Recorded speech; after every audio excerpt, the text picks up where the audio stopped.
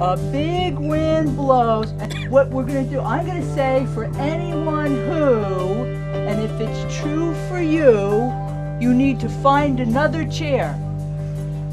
Not the chair right next to your chair. And you can't, we're going to do this non-violently. All right? So it's not possible to go like this. Let's see. A big wind blows for anyone who has walked for peace or justice.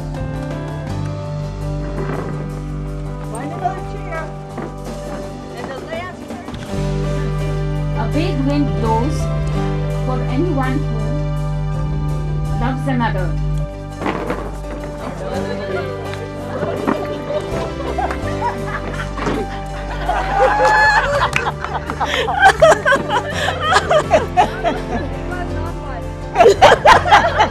And loving.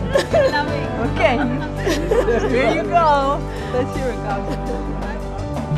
Big wind blows. Who know the definition of non-violence?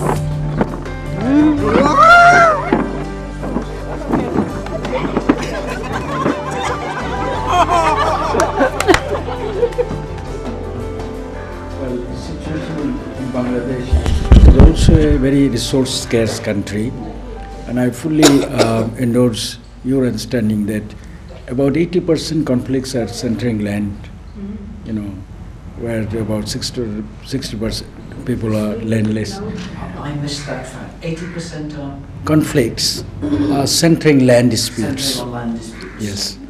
So, our position was actually to respond to this kind of conflicts where so much of violent situation, court cases are there, So we also try to offer some skills to these kind of people who can cope up their own situation and resolve their conflicts by themselves. But our experience is that it has got less impact at the wider level. I mean, as a case, we can have, as you have a very big effect in this area. So in each country, we can have that smaller level, operations there, and we should look for some kind of activities to have a wider effect at the national and regional levels too. I think I'm fully with Rajabhai that we should have that kind of specific way of addressing these conflicts where the marginalized people are involved in sharing the resources in land, water and forests. So that can be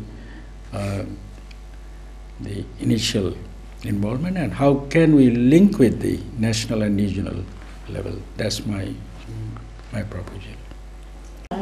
We are dealing with national level organization and grassroots level organization are involving in those issues and working together, But how to, those issues, livelihood and everything goes to the national level.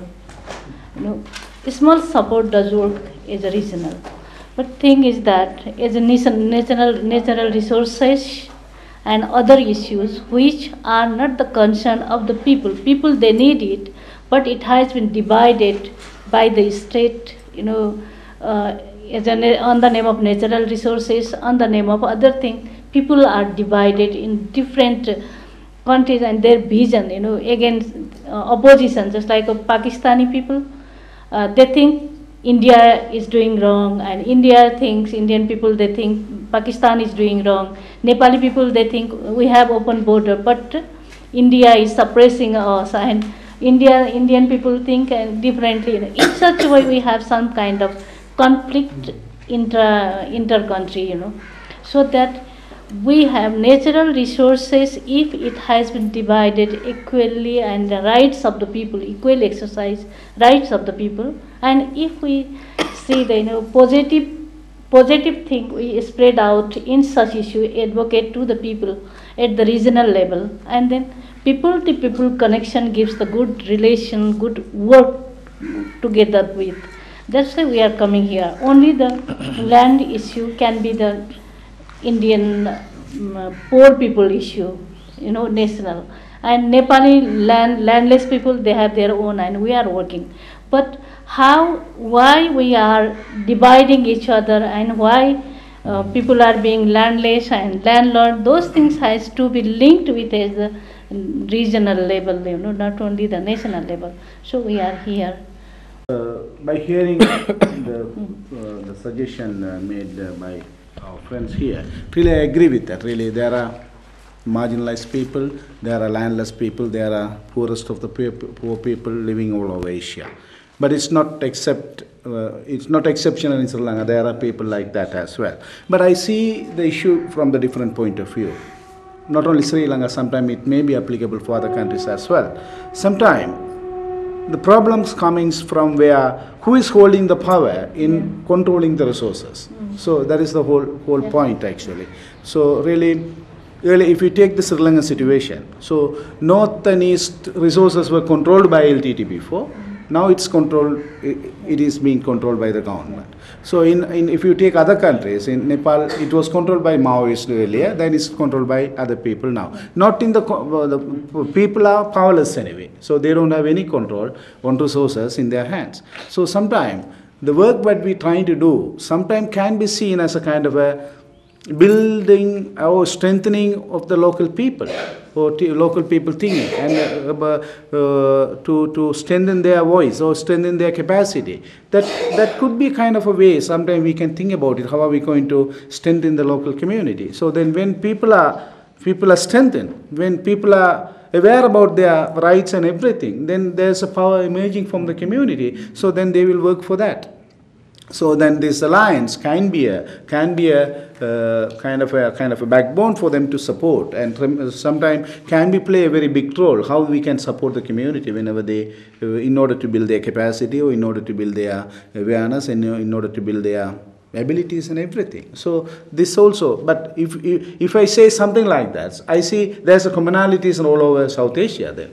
So if we talk about different issue, the particular issue, that may be not applicable for every country. So then the powerless people and the powerful people might be, really we can think about it. Tasin will also take a position saying, okay, there are many networks which are dealing with land livelihood issues. Let us not replicate. Let us be especially known for non-violence and peace. That is the level at which we should be. That is his position, and that is what he was arguing for. So I see. Well, okay, conflict. Both are conflict. Okay, there are larger conflict and there are smaller conflict, and it's a question where do we want to be more active? I mean, it is not one against the other anyway. But then where do we want to be more active? With which kind of conflict? The conflict that you are raising is of a larger conflict. The conflicts, misunderstandings and problems between countries, leading to a lot of problems in the region, whereby you can never have peace. And in this situation, many people are benefiting by selling as many war equipments as possible, and the whole South Asia is a big market for people who can promote war and conflict and make benefit out of it. So one is to see whether by looking at that level of conflict and dealing with that level of conflict through people-to-people dialogue and process, probably we will be able to bring about a possibility of providing greater justice to people. I mean, maybe addressing it from at a higher level and becoming experts to do that. Probably we create a situation where justice will be automatically provided, because there will be less expenditure on war and less spent on arms, and diverted all that into developmental activities of people, etc., etc. That is one way of looking at it. And to play that role, we need greater capacity. All right. That means dialogue with the government and governmental dialogue with various other forces, etc. Our capacity need to be developed to that level. Then our network is going to be with people of that kind, who have that capacity and that level of understanding of regional issues and working with it. Second area will be dealing with conflicts at the bottom level, and then really trying to help people, empower people, and help people to deal with their own conflict and solve their own conflict, their life conflict. There is another way of approaching it. And both are very important. Probably one network will not be doing both. One network cannot have an agenda of working at the South Asia level conflicts and problems, and at the same time dealing with people's conflict, day-to-day conflict, etc., etc. So it's very important for us to position ourselves where we want to be. And I think that is a very interesting area where the outer circles should also give us some input. If I understand Tasin correctly, he said, look, I mean, the moment you say you are around people's rights, then you are blocking your opportunity to have any dialogue with the state. Because then you are classified as a right-based organization. An organization that is speaking about people and their rights and their land and their resources. So you will be classified as an organization working on people's right, and right-based organizations are not welcome. Then government has a different attitude towards you. But the moment you claim that you are a peace organization, probably you are a greater opportunity to talk to the government, because peace organizations are not a threat to the state, whereas right-based organizations are a threat to the state. So please classify yourself in a way that you, depending what level of operational strategy are you developing. So we need to be very careful in terms of positioning ourselves, and positioning ourselves gives us chance to talk or not to talk with the state, right? But at the same time, talk or not talk with the state is very important, but our relevance with the people is also very important for us. We are not here only to talk to the government, but also to prove that we are relevant to their day-to-day life.